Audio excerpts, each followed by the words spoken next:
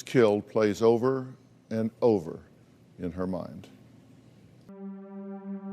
On the morning of July 19th, 2011, I woke up to the sounds of my daughter screaming. I ran across the hall, noticed that their bedroom door was shut. I pushed on the door to try to get it open and couldn't. I thought that David was on the other side of the door. I could hear the girls screaming, so I started kicking and punching at the door and was finally able to break through it. It wasn't David that was holding the door, it was a dresser to barricade himself in the room with my twin daughters, Lauren and Erica. When I walked into the room, I saw David standing on the ladder to my girls' bunk beds. I saw Erica on the top bunk, and she was screaming, and Lauren, I couldn't see until I got closer, and I saw David had the knife in his hand and was stabbing her. I started screaming at David, "What are you doing? Why would you do this to my daughter?" He just stopped everything for a minute to turn around and tell me, "She's not your baby, she needs to die." It just didn't even sound like his normal voice when he said it. It's just a different person. I pulled him off of Lauren. He started to cut at his wrists a little bit. When I was checking on Lauren, he came back and pushed me out of the way. And he climbed back up onto the top level of the bunk beds, and he was stabbing her again. And when I pulled him back off of her, the railings broke, and Lauren rolled off the bed and landed face down on the floor. She was still breathing, her eyes were open, but not focusing on anything, and she was very pale and cool. I started CPR on Lauren. He took the knife and stabbed himself right in the chest. And when he pulled the knife out, he was smearing the blood around on himself.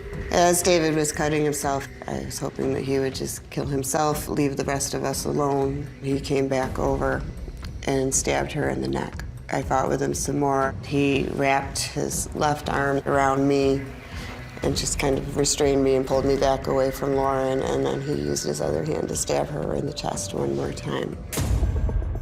When he pulled the knife out of her chest, he took the knife to me. It was stuck in the bone right here, and that gave me just enough time to grab a hold of the blade with my other hand. When I grabbed a hold of the blade, it severed all of the tendons in my fifth finger of my left hand. Erica sat at the top of that bunk. She was next to Lauren in that bed for a long time before I could get to them. He stabbed her 24 times that morning. She saw a lot. David and I were fighting each other for that knife for about 25 minutes. I did manage to get him pinned down on the floor, and I was on his back. I tried to cut his throat, and it just wasn't a sharp enough knife for that. When that didn't work, I just stabbed straight into the neck and then pulled it out and stabbed him in the back, hoping for arteries and lungs. David got back up again. This time he used the railing to the bunk beds. I just stood up and grabbed the end of those boards and just ran and drove him back into the closet. He was unconscious at that point. I laid Lauren down on the front yard and went back to doing CPR. And I sent the kids next door to our neighbors to call 911. They took Lauren ahead of me in her own ambulance. When I walked into the room, they were already all done and cleaning up, and they had already pronounced her dead, so. I cry every day, but not in public, not around people. Allison says that she had no indication that David was capable of taking the life of her precious daughter. David and I were dating for almost a year and a half, and there was never any sign that anything like this could ever happen. He was never physically violent or aggressive towards me. We didn't argue. He never even raised his voice. David and the kids got along great. The first time they met him, Lauren started calling him the funny bald guy. Everything was going great until about a week before Lauren died. We had started making plans to go to Florida. At first, he seemed really excited about it until the plans became final. He said that he had memories of having sexual relations with a 12-year-old girl while he was 18 or 19 years old. He had concerns that when he got there that there would be police waiting for him. The way he talks is this girl was just relentless. She was after him all night. I tried to see his side of it, but at the same time having daughters, I think that my opinion of him changed that day. While I was thinking about leaving him, he actually did end up leaving me for a day. He just says, well, I'm gonna straighten some things out. He just seemed like he was battling something inside. I did have concerns that he might try to hurt himself. And around 7:30 that night, he showed up back at the house. Walks in with a big smile on his face, and he said, oh, no, it's fine. I figured it out. I'm better now. Everything's good. At one point, David got down on one knee and proposed to me. In my mind, I already knew that we were done. I was just trying to find a way to ease out of it without everybody being hurt or devastated. That whole week, with everything that he said and did, nothing ever suggested to me that he was going to be violent or do anything like what he did to her. Well, interestingly enough, Allison was not the one who recently wrote to me. Her estranged ex-husband, John, also reached out saying Allison has kept him from seeing his surviving children. Allison says that John's behavior is to blame for his rocky relationship with his children, so we're going to talk to him in a bit. But first, I have a lot that I want to talk to you about. And I want to start out by saying one thing you won't hear me say is that I know how you feel. I can't possibly know how you feel. I can just tell you that straight up. Take me through, you talked about what happened. Take me through the moment when you realized what had happened, that your baby's life was actually hanging in the balance. I think I knew that I was going to lose her while we were still in that room. I tried and tried and tried to do CPR on her. Every chance I could get him to leave her alone, I would go to her and just try to keep her breathing. And at one point I even said, you've already killed her, why don't you leave her alone? Because he just kept coming back and coming back after her for one more time, and just wouldn't leave her alone. He went in to your daughter's room. He stabbed her 24 times. And he barricaded that door, which from a psychological perspective causes me to really question this insanity defense. Yes. It was worse than anything I've ever seen in any horror movie. It felt like I was living one. He just kept coming back and coming back and coming back. And after I did have to stab him, he went down, and I thought he was done. And he just got back up again, and he just kept coming. But you were actually able to get him on his stomach, get the knife, and try to cut his throat.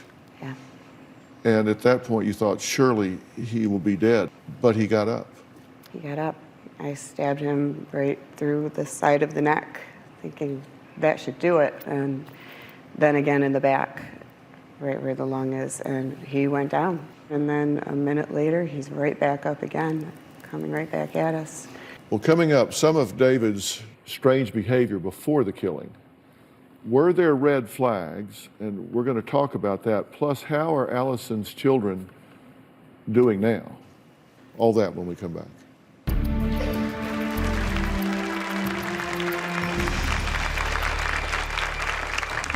The police kept coming in to question my daughter Erica because she was in the room. She told the exact same story. And when she's not being forced to talk about it, it's like it didn't happen.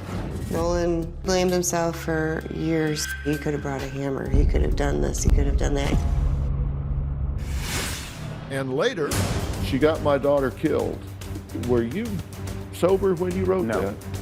There was a half-empty bottle of whiskey in your hotel room, and you appeared to be intoxicated this morning. I'm stuck in this infinite time loop thing. So nacho fries never leave the menu. She's violating the nacho fries limited timeline. Say goodbye to Friday!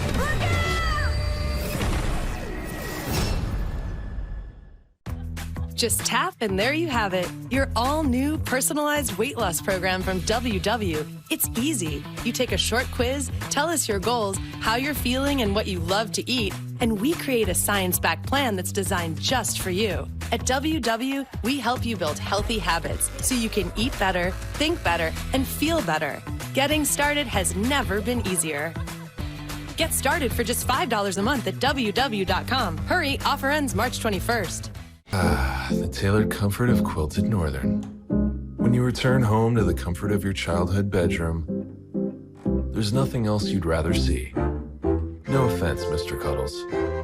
Quilted Northern. This is the exact same color as my skin. Oh, look at the coverage. Oh my God, guys.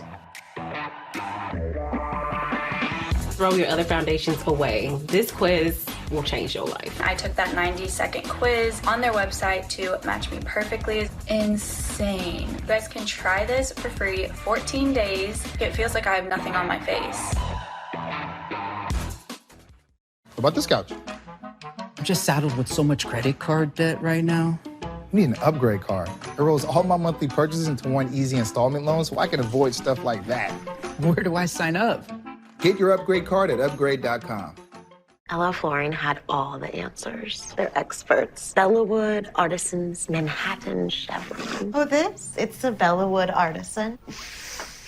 Save on over 200 floors during our Spring Black Friday sale. Everybody has a favorite thing about Kettle and Fire bone broth, because it's made with high-quality ingredients to support whatever your thing is. Claire's thing? Much-needed me time.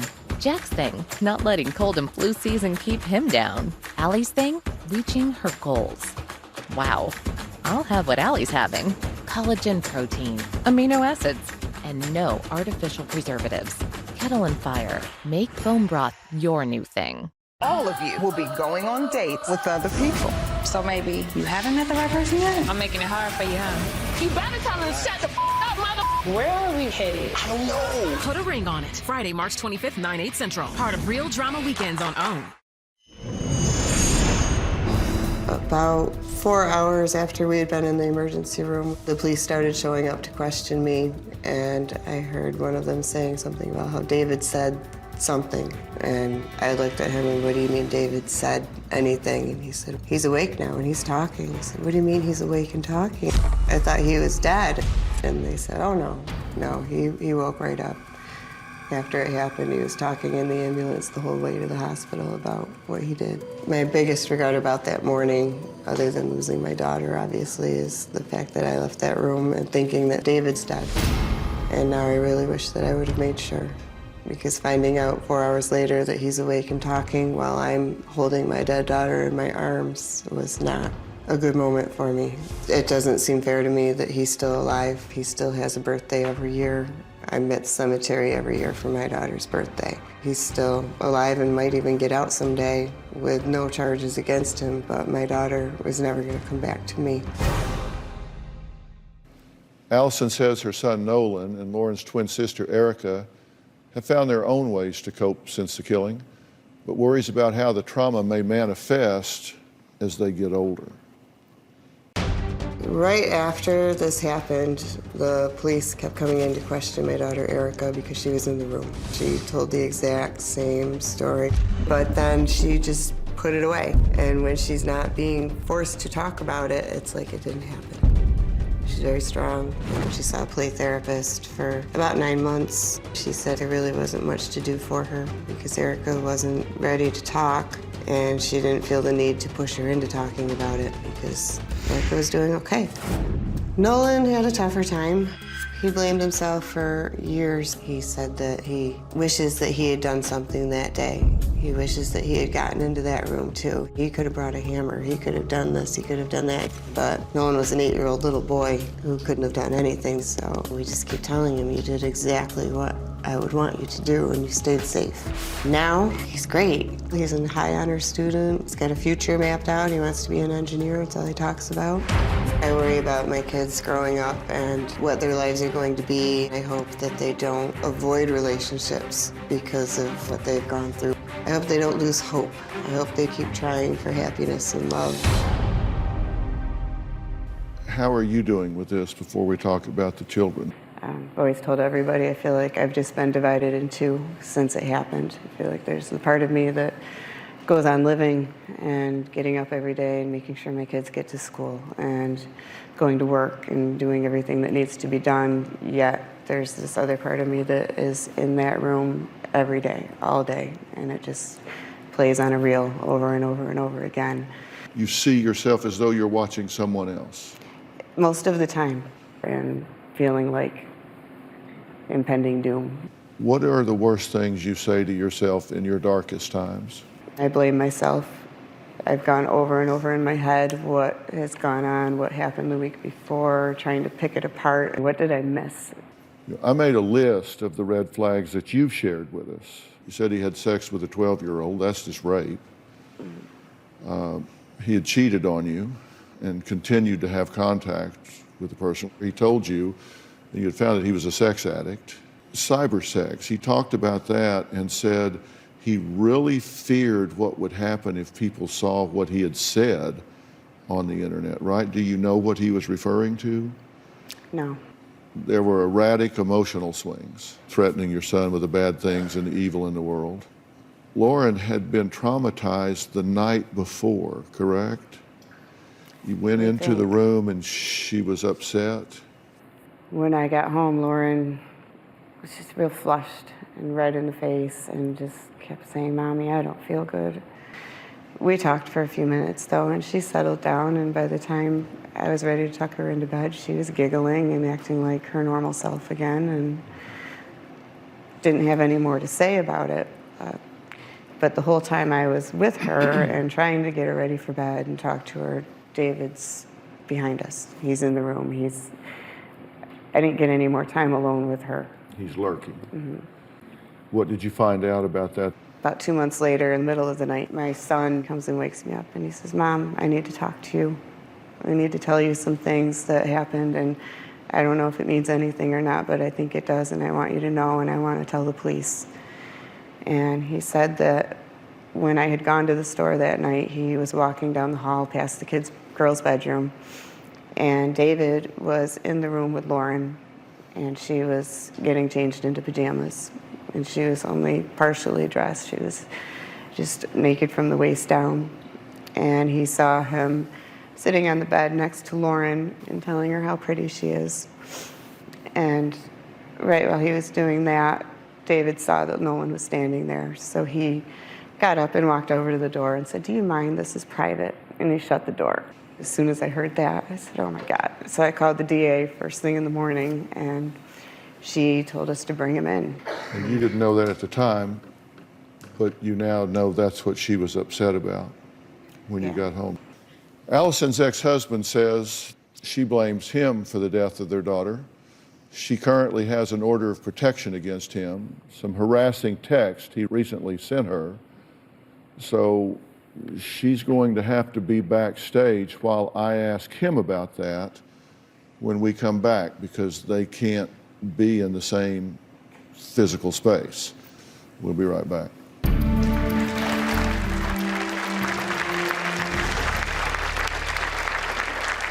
About 6 months after Lauren died, I got a phone call from Nolan. He was crying and said that he was in the car with his dad, and his dad was swerving all over the place, saying that he was going to kill himself, that he can't live anymore without Lauren. I've never threatened to hurt myself or anybody else.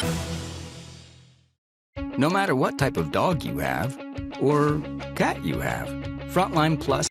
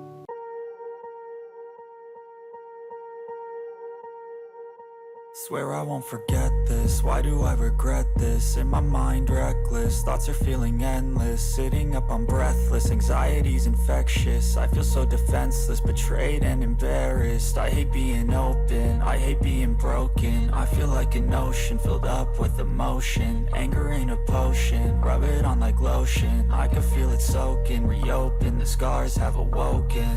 I can't move on till I let go. I feel so lost, never at home. Need to be strong, every breath hold. Cause I can't move on till I let go. I can't move on till I let go. I feel so lost, never at home. Need to be strong, every breath hold. Cause I can't move on till I let go.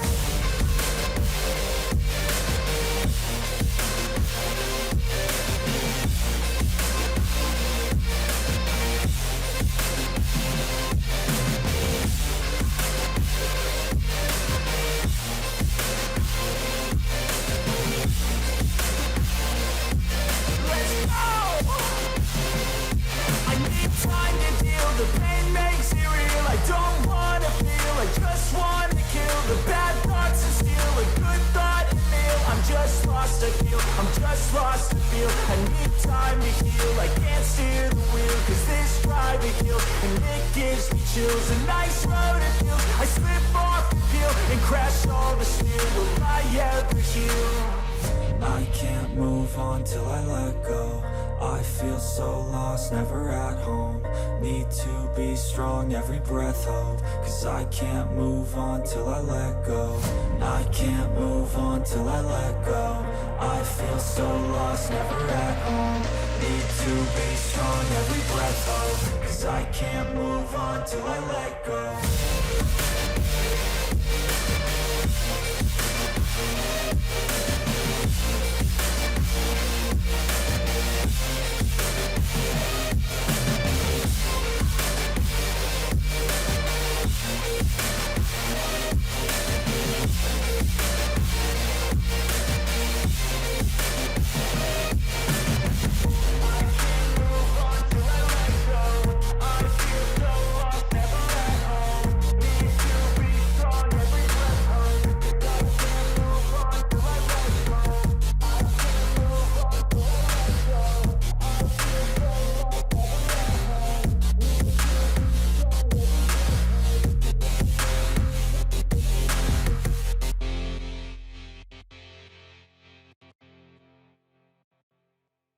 Lets you take them everywhere, no matter how you define it.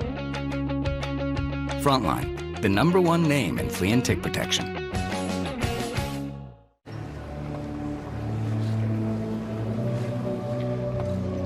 Hey, I get it. Commitment can be scary, but not when you're saving up to 15% with Subscribe and Save at Amazon. You get free repeat delivery on your favorite items. And if things don't work out, you can always cancel. Seriously, no one would judge you if you call it off. Okay. Learn all the ways to save with Amazon. Here's Candace, who works from home and then works from home. But she can handle pickup even when her bladder makes a little drop off. Because Candace has poise. Poise under pressure and poise in her pants. It takes poise. Ah, the tailored comfort of quilted northern. When you return home to the comfort of your childhood bedroom, there's nothing else you'd rather see. No offense, Mr. Cuddles. Quilted Northern. I'm stuck in this infinite time loop thing, so nacho fries never leave the menu. She's violating the nacho fries limited timeline. Say goodbye to Friday!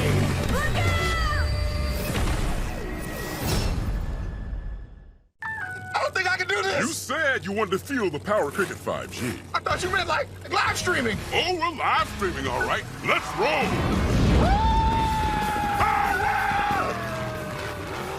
Smile, you're on Cricket. Ace is the place for paint because only Ace offers the extra mile promise. We'll help you get everything you need to paint in one trip or we'll deliver it free. Ace is the only national hardware retailer that carries Benjamin Moore paint at over 4,000 stores. Our best premium paint with a huge selection of colors. Premium paint, award-winning service, and the extra mile promise. Ace is the place for paint. Around the block, what you need in stock with people who know their paint. Ace is the place with the helpful hardware, folks. Today, women with nighttime urinary incontinence don't have to wake up wet. Introducing the PureWick system, an innovative breakthrough system for managing female urinary incontinence at night. Morning, Mom. Good morning. How did you sleep? Better, thank you. Oh, I'm so glad. Oh, good. The PureWick system works outside the body to draw urine away, helping to keep skin dry and control odor. The PureWick system is a non-invasive option for management of moderate to severe urinary incontinence, helping to reduce the need for multiple changes at night or trips to the bathroom. Now, staying dry can be one less thing to lose sleep over. To order your PureWick system, call 800-641-0715 and find out why 9 out of 10 users and caregivers would recommend the PureWick system. Call 800-641-0715 today. All of you will be going on dates with other people. So maybe you haven't met the right person yet? I'm making it hard for you, huh? You better tell him to shut the up, mother. Where are we headed? I don't know. Put a ring on it. Friday, March 25th, 9/8 Central. Part of Real Drama Weekends on OWN. Social media was tough.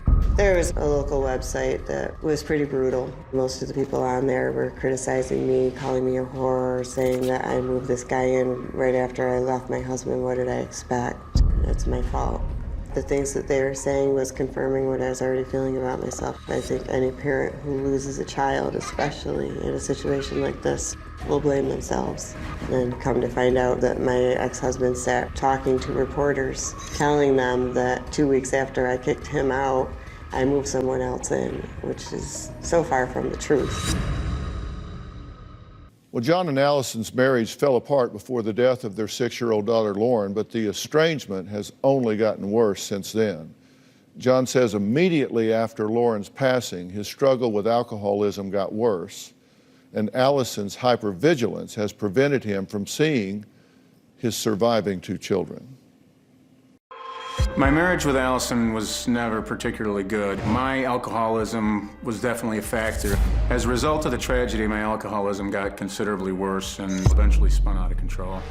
I left him because he's a drunk and a drug addict. Nothing changed since Lauren died. He's the same person he was the day before she died. Shortly after the murder, Allison started making it extremely difficult for me to see the children. She was under the assumption that my drinking was something that would impact the children, and ultimately she stopped letting me see the children altogether. About 6 months after Lauren died, I got a phone call from Nolan. He was crying and said that he was in the car with his dad, and his dad was swerving all over the place, and he kept threatening to run into other cars, saying that he was going to kill himself, that he can't live anymore without Lauren.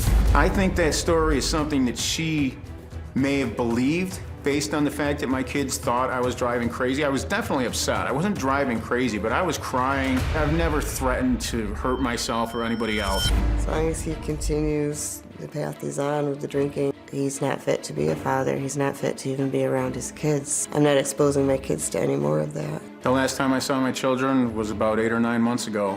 The whole idea of not seeing my kids has been the constant fuel for this thing that drives my alcoholism. I'm not the one that keeps him from his kids. It's his own lifestyle. It's his drinking. It's the violence, the threats, the manipulation. I believe if I was able to have a continual relationship with my children, that I would have no problems containing my alcoholism.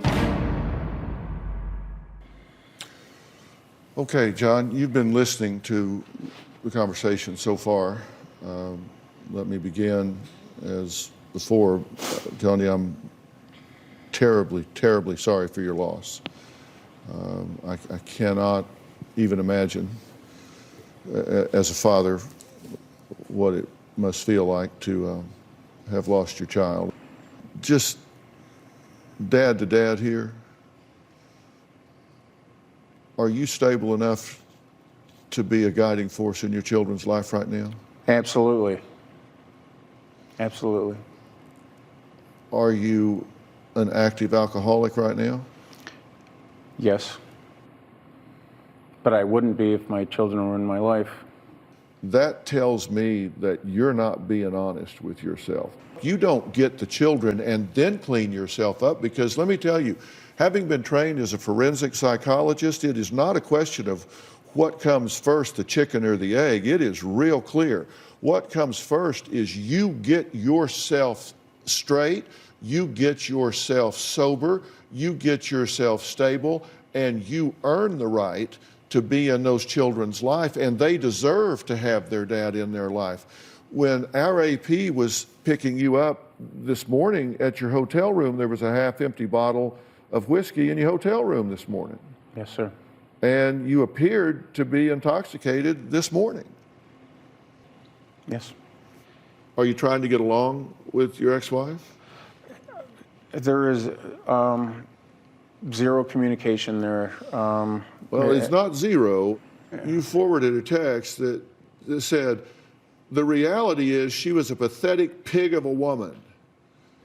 Response, evil is out there. John, she got my daughter killed. Does Jamie know you puke after eating? Just curious, you'll always be gross. Pig, pig. My kids, they are going to know that mom wasn't the innocent victim that she plays like a fiddle. Just a nasty, ungrateful, pathetic excuse for a human being that got their sister killed. Were you sober when you wrote? You've come into a very complex situation here, right? Very, very much so. And you're under a microscope oh, yeah. here because she, I'm certain, is very hypervigilant, right? Correct. And how do you deal with that? One day at a time. She's an incredible woman, beautiful inside and out, and she's a huge hero. Your ticket to paradise is transparency, because obviously you have some real trust issues, and justifiably so. Seriously. Yeah. I mean, anybody would understand that. And so your answer to that is transparency. She's got to be able to know your history, your childhood, your family, your people, everything about you, good, bad, and indifferent. So she doesn't have to wonder if tomorrow is going to be the day that the bomb is dropped, like, oh, hell, I didn't know that. So you've got to be willing to say, I want you to know what I did in grade school and junior high and high school, and I want you to know my family, and because that's information that that you need to have. And we do a deep dive on people when they come here, and you're in a relationship with a very fine gentleman here. This is a very quality guy here, Yes, and I think he's going to prove that across time. Now, Allison's son Nolan wanted to speak to me about his life since his sister's death. For a time, he thought he could have done more to save her, which is a huge burden for a child. Now, with his parents' permission, I'm going to be having a conversation with this amazing young man when we come back.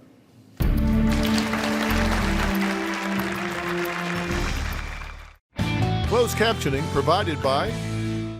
Time to grab your ex and introduce him to your next. You have a problem with me, Houston, so you think I'm jealous. I don't believe you. I'm You need to get over yourself. Ready to Love. Tonight, 8/7 Central. Part of Real Drama Weekends on OWN. And stream on Discovery+. Hello, how can I... Sore throat pain? Try Vicks VapoCool Drops in Honey Lemon Chill for fast-acting sore throat relief. Woo! Vaporize sore throat pain with Vicks VapoCool Drops. New Densify from Crest Pro Health. Like bones, your teeth lose density over time, but Crest has you covered. Crest Densify actively rebuilds tooth density to extend the life of teeth. Crest, the #1 toothpaste brand in America. Trilogy for COPD. Birds flying high, you know how I feel. Breeze drifting on by, you know how I feel. It's a COPD may have gotten you here, but you decide what's next. Start a new day with Trilogy. No once-daily COPD medicine has the power to treat COPD in as many ways as Trelegy. With 3 medicines in 1 inhaler, Trelegy helps people breathe easier and improves lung function. It also helps prevent future flare-ups. Trelegy won't replace a rescue inhaler for sudden breathing problems. Tell your doctor if you have a heart condition or high blood pressure before taking it. Do not take Trelegy more than prescribed. Trelegy may increase your risk of thrush, pneumonia, and osteoporosis. Call your doctor if worsened breathing, chest pain, mouth or tongue swelling, problems urinating, vision changes, or eye pain occur. Take a stand and start a new day with Trelegy. Ask your doctor about once daily Trelegy and save at Trelegy.com. When you shop at Target, you leave with what you value most, like healthy foods and brands that lift our communities. At Target, the things that matter are always within reach. What we value most shouldn't cost more. One shake and cats come running. They're matches. So be careful what you shake. Run away! Temptation's cat treats. All it takes is a shake. Il Maquillage's foundation covers everything, but still looks like skin. Insane. Looks so natural. I took that 90-second quiz to match me perfectly. Do you see this match? It looks like my skin. Look how seamlessly that blends in. It's perfect, lightweight, while-wearing, and never cakey. They give you a full size for you to try out. Who else does that? I love it, I love it, I love it. Take the Power Match quiz at ilmaquillage.com.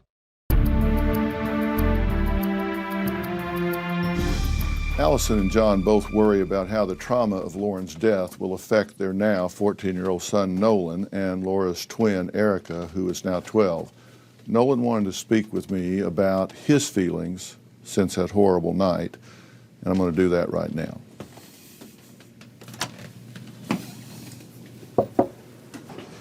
How you doing? Good.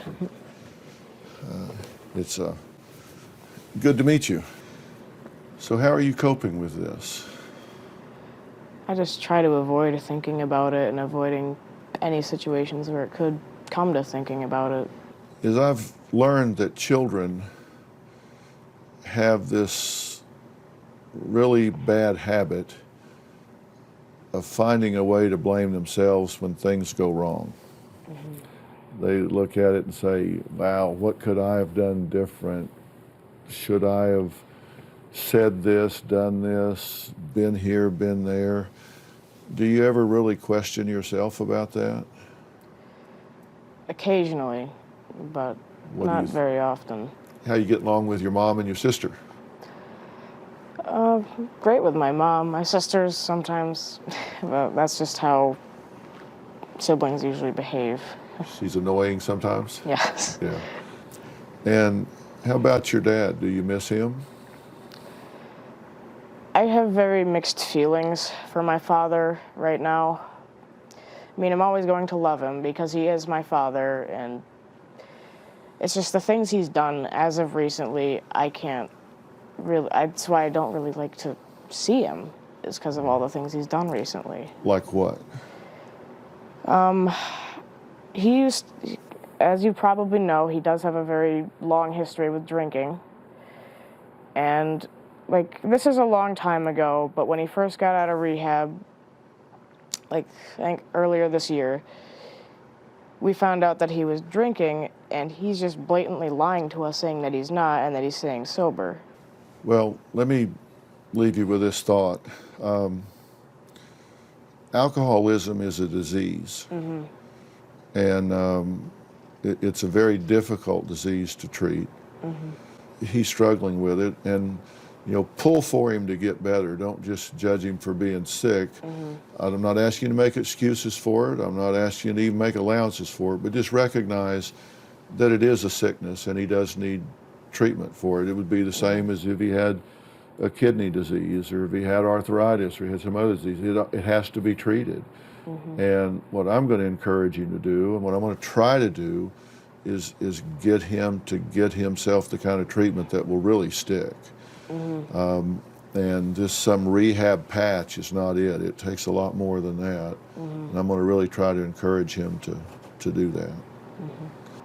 How are you doing in school? Things have been going great as of the past couple of years. Mm-hmm. So do you have friends? Yeah. Yeah. Do you have a good time? Oh, yeah. Yeah. So what do you want to do when you grow up? I want to become an engineer of some sort. An engineer? Uh-huh. Children from being able to avoid prison by using an insanity plea. That's the goal of Lauren Sylvia's law, is to make sure that even if they're found not guilty for a mental defect, they still should have to serve out the length of time for the crime. Just because he had a mental health issue doesn't mean that he didn't do this to her. Now he has a chance to get out, and that's unfathomable to me. Well, the man who took the life of Allison's 6-year-old daughter remains in a mental facility. Allison says she is still trying to change legislation. So tell me about this legislation you want to have. We just don't feel like insanity should be a get-out-of-jail-free card. In a mental facility, unlike prison, are you notified if and when he's released? No.